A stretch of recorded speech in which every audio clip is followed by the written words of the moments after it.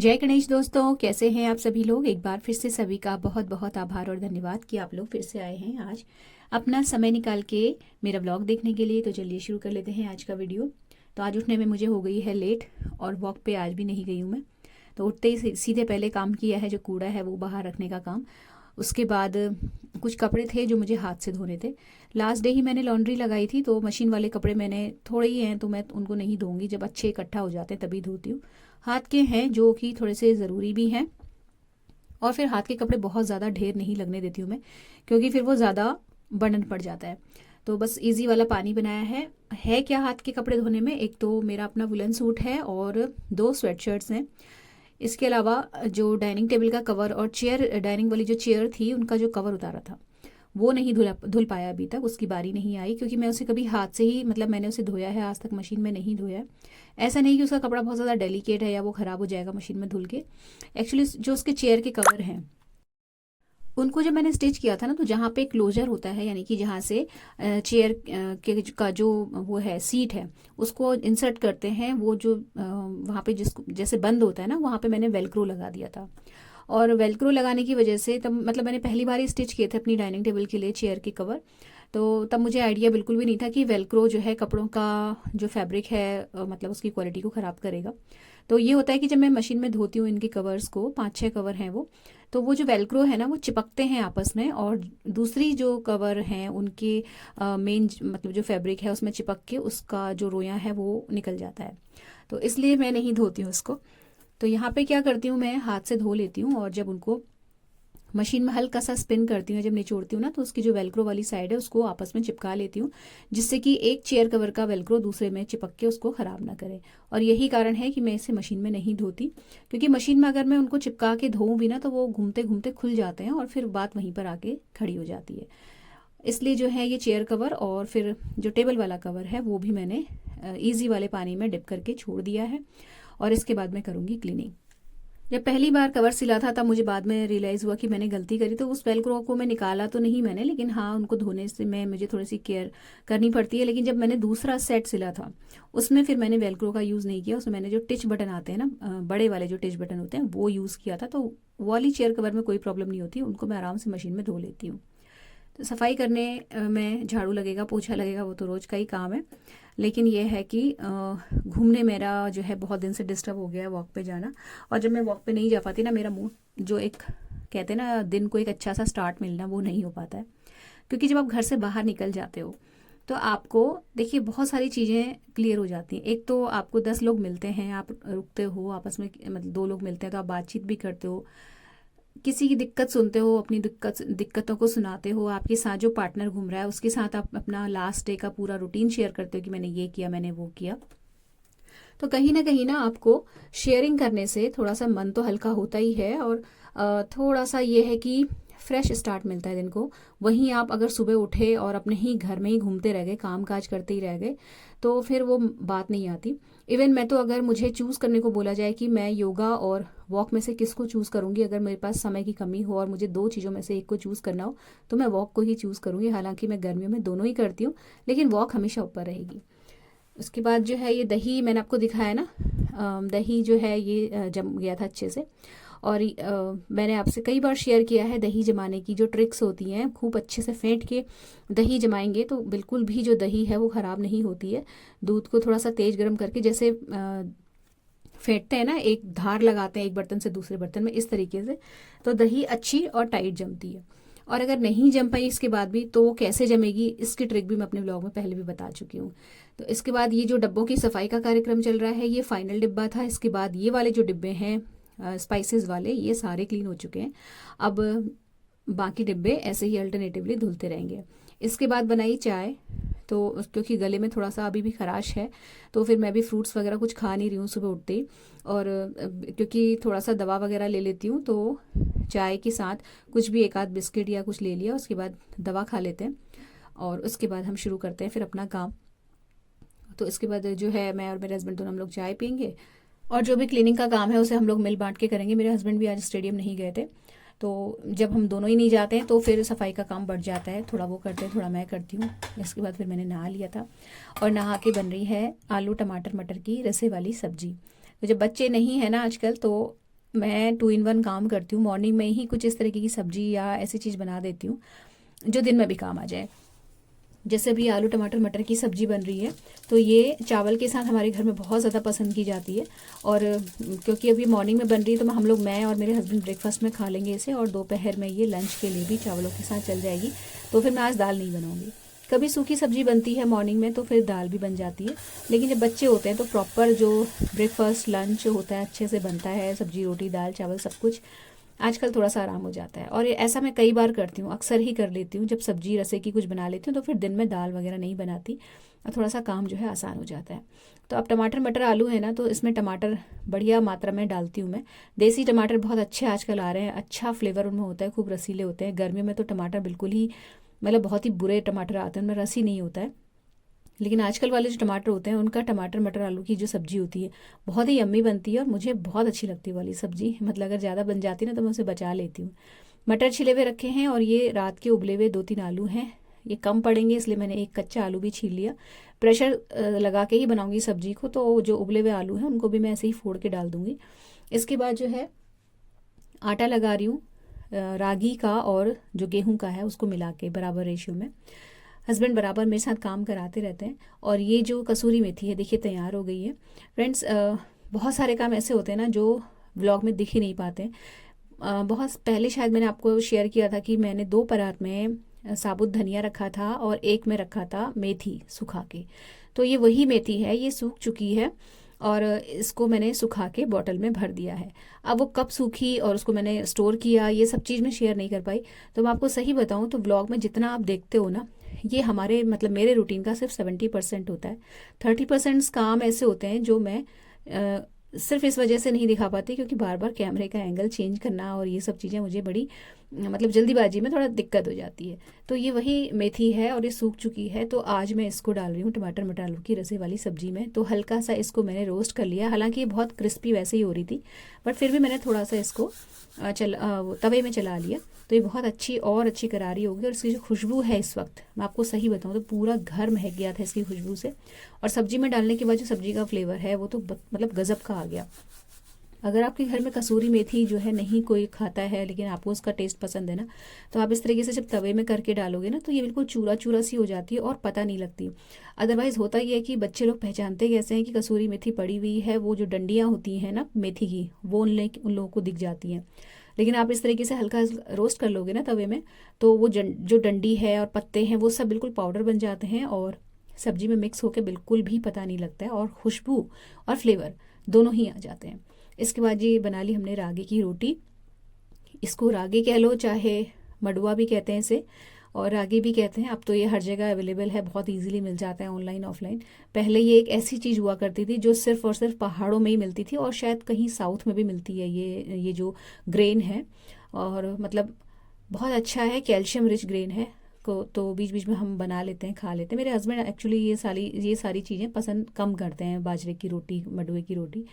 अब तो खैर खाने लगे हैं बहुत ज़्यादा, मैं इंसिस्ट करती हूँ तो थोड़ा बहुत मतलब अब चेंज आ गया है धीरे धीरे। अदरवाइज़ ये सारी चीज़ें आती थी लेकिन कई बार सिर्फ इसलिए वेस्ट हो जाती थी क्योंकि मैं सिर्फ अपने लिए नहीं बनाना चाहती थी। मतलब 2 लोग हैं 3 लोग हैं, उनमें से एक के लिए मैं ये वाला आटा लगाऊं फिर दूसरे के लिए वो वाला आटा लगाऊं और फिर दोनों ही चीज़ें बचती हैं। फिर वो बची हुई चीज़ों को फ्रिज में रखो और फिर उसे निकाल के फिर बनाओ, ये सब चीज़ें बड़ा झाड़ लगता था तो फिर मैं नहीं बनाती थी।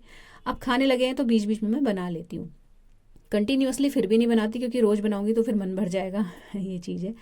तो ये टमाटर मटर आलू की रसेदार सब्जी बन गई, धनिया डाल दिया इसमें और ये हमारे दोपहर के लंच के लिए भी काम आ जाएगी। तो इसको ब्रेकफास्ट करने के बाद जो सब्जी बची थी एक छोटे भगोने में डाल के इस प्रेशर कुकर को खाली कर लिया है और इसको वॉश करके इसमें जो है चावल में भिगा दूंगी।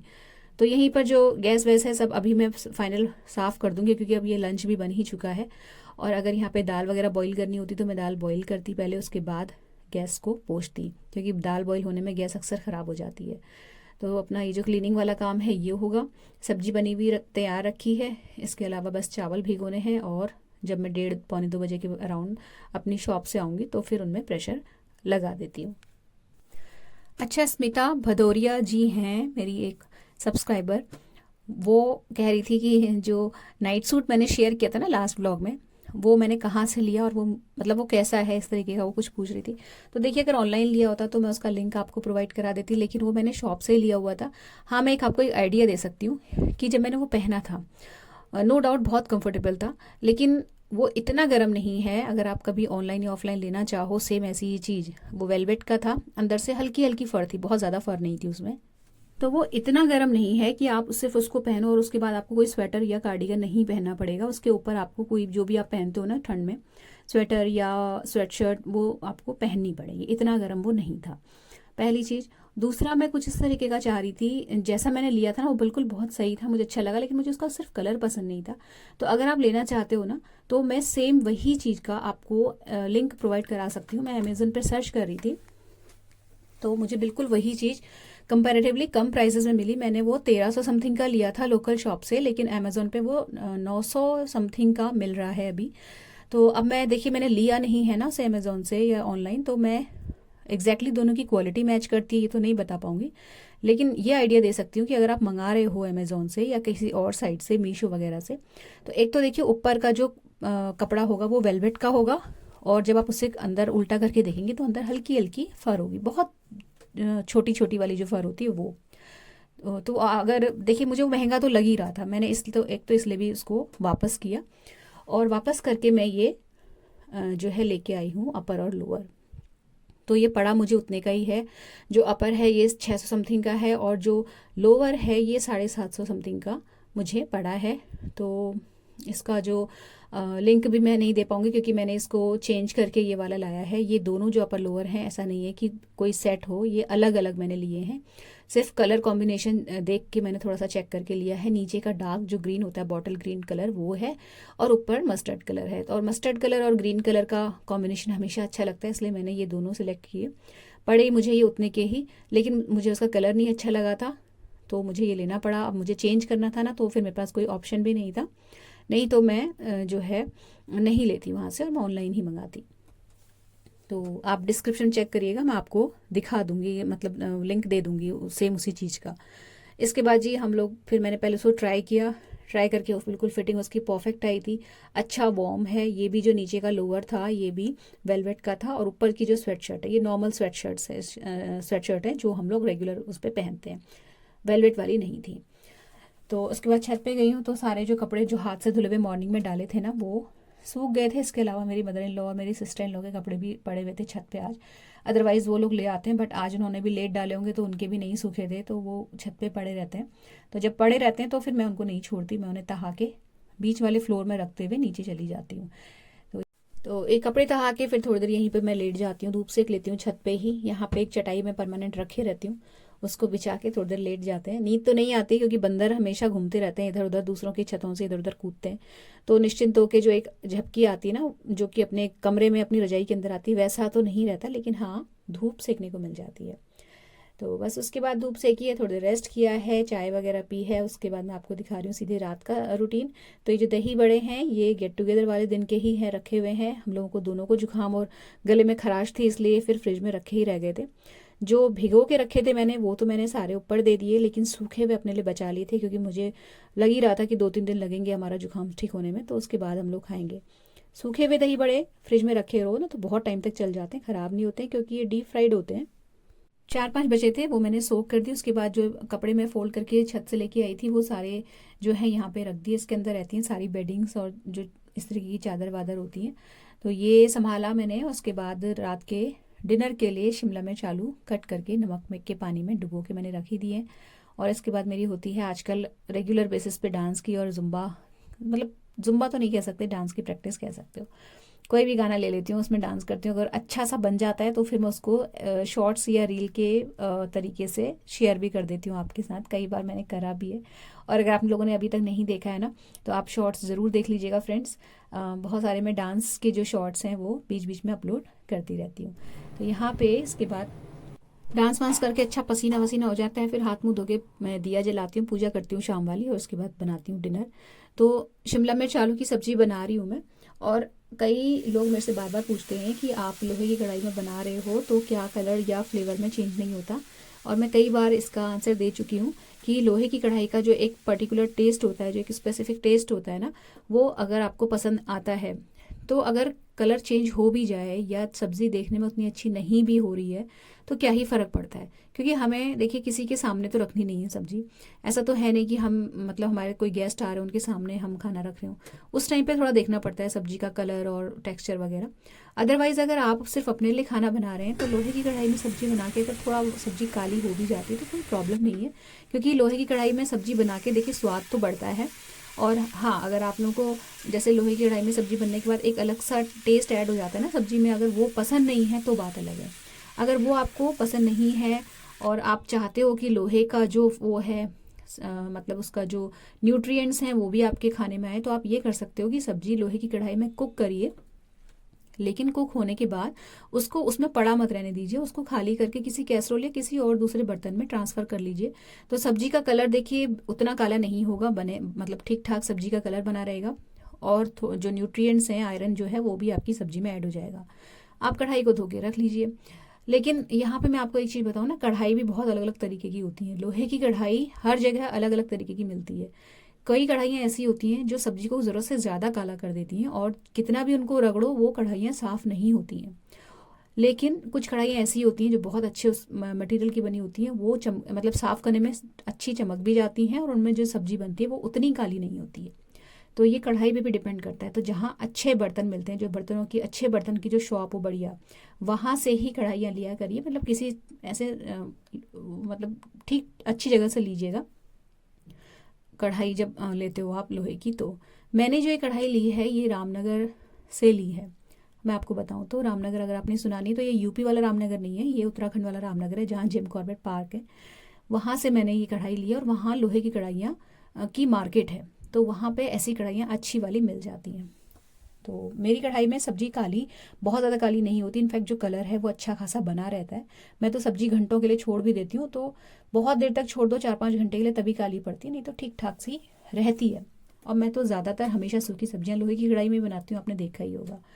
अच्छा, इसके बाद खाना वाना बन गया तो हमने अपना जो है दही बड़ा लगा लिया, और ये दही बड़ा फ्रिज में पड़े पड़े इसको देख के हम लोग जो है ललचाते रह रहे थे इतने दिन से हमने खाया ही नहीं था।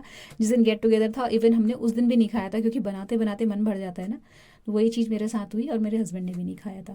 तो आज हम इतने दिन के बाद अब जाके दही बड़े खा रहे हैं अपने हाथ के बने हुए।